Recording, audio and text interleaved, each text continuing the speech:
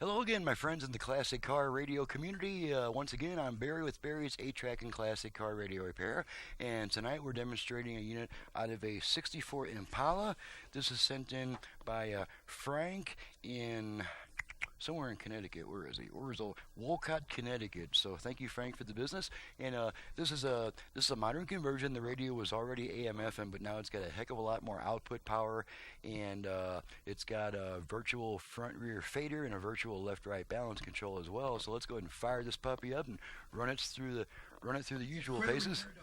For your free credit evaluation. Let's go all the way down the dial, all the way down the FM dial.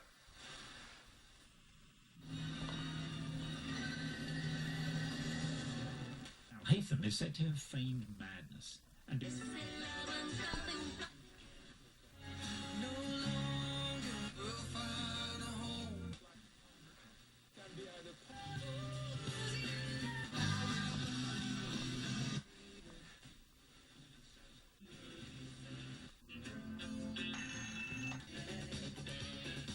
now they're trying to smear this 568522.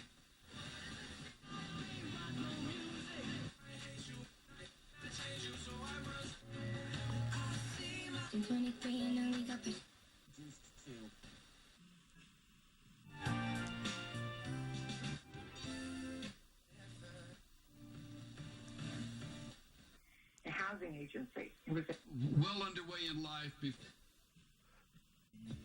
Sometimes I feel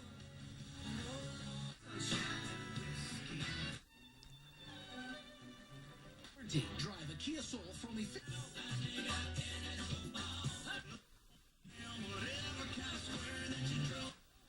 Okay, I counted somewhere between 25 and 30 FM stations. Pretty typical. Let's go ahead and flip it over to AM. Now it is long after sundown, so we may not get much on AM, but let's try it anyway, just for fun.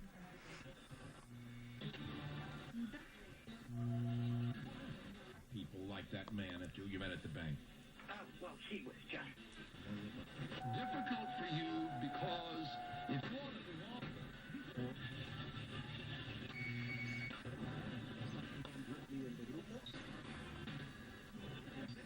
Okay, so that's very typical. To tell the teams in the country that all of the talent resides in the S. Look, when you live in New York and you pass them every day, you're like, oh, So that's about what I normally get around here, about 3 AM stations. So we're going to turn it back to FM. I'm going to demonstrate the virtual balance and fader functions. We're going to activate the virtual front-rear fader. We do that by giving our tone control 2 quick turns to the right. So the first thing we'll do is rotate it to center, so I've got room to turn in either direction. And here we go. Let's bring our output level meters in the picture so we can see the results of our adjustments. And there's our radio, upper left-hand corner, and there's our output meters. Okay, tone control, 2 turns to the right to activate the front-rear fader. Here we go. We'll hear 4 beeps if it activates successfully. Okay, there's our beeps. Okay, and now this tone control is actually adjusting your front-rear speaker balance. All the way front, all the way rear, front, rear. Okay, I'm going to center the speakers, take my hand off the control, and 1 beep lets us know that setting is saved, and the tone control can now be returned to the optimum listening position.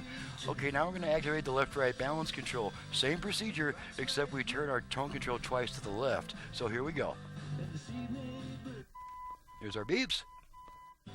And now this tone control is adjusting the left-right balance. Pretty cool. Okay, I'm going to center the speakers again. I'm going to take my hand off the control, wait for that 1 beep. There's our 1 beep, and now this tone control can be returned to where it was before. Most people like the tone control all the way up for maximum treble. Okay, the only thing left to test is the aux input. And so I'm just going to, as always, I'm just going to feed a quick tone into the aux input and make sure it switches over. So here we go. Just got to try to find the aux jacks by feel tonight. Okay, there's one side. And there's the other side. Now, after using the aux input, the radio does take 20 seconds to come back by itself. So we'll just wait for that to happen on this radio, and we will be finished and ready to move on to the next job. And we might as well test the dial light too while we're at it. So let's just do that real quick. There's our dial light flashing on and off in response to my command. And a few more seconds, the radio will be coming back, and there it is. Okay, and that's it. That's it. This is a pretty short and sweet test because it's just a radio. It doesn't have an 8-track player, Bluetooth, MP3, USB, or any of those other acronyms. It's just a simple radio job that the customer is asking for, which I'm happy to accommodate, of course. So let's get back to me. As painful as that might be for some of you guys' eyes, I'm Barry with Barry's 8-track and classic car radio repair, and of course I've repeated this in so many videos you're probably tired of hearing it, but if you have an 8-track player either for homework or car use, you can reach me for that at 928-533-9666. I can also do FM conversions on classic car AM radios. I can add USB, Bluetooth, aux input, and on some radios I can even double the number of FM station presets. That applies mainly to Delco radios. So, my website is in the description below. Thank you very much for watching and listening, and we'll see you guys next time.